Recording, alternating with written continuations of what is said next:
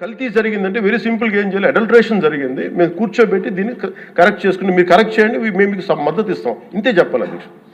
అంతేగాని దాన్ని వెనకేసి వస్తున్నారు అంటే ఒకటి క్లియర్ కట్ రిపోర్ట్ ఉంది, అందులో నెయ్యి లేదనేది, అందులో రసాయనాలు ఉన్నాయని ఇది క్లియర్ కట్ చెప్పింది.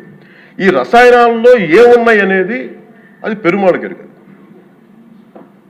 ఆయనే కూర్చొని చేయాలి. దాన్ని మాకు ఎన్డీడీబీ రిపోర్ట్ ఏమో దాంట్లో ఖచ్చితంగా జంతు సంబంధించిన అవశేషాలు ఉన్నాయి అనేది చాలా స్పష్టంగా చెప్పారు.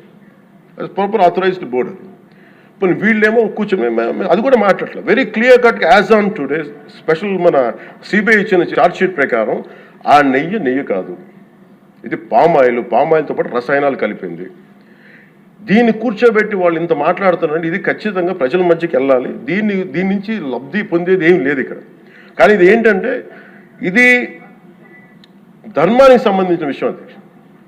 ఇదే ఇష్యూ కనుక, ఇదే సమస్య కనుక ఏ ఒక్క మతానికి జరుగుంటే, హిందూ ధర్మానికి కాకుండా, వెంకటేశ్వర స్వామి వారికి కాకుండా ఇంకెవరికి జరిగినా కానీ ఈ దేశం గగ్గులైపోయింది, ప్రపంచం అంతా గగ్గులు పెట్టేసేవాడు.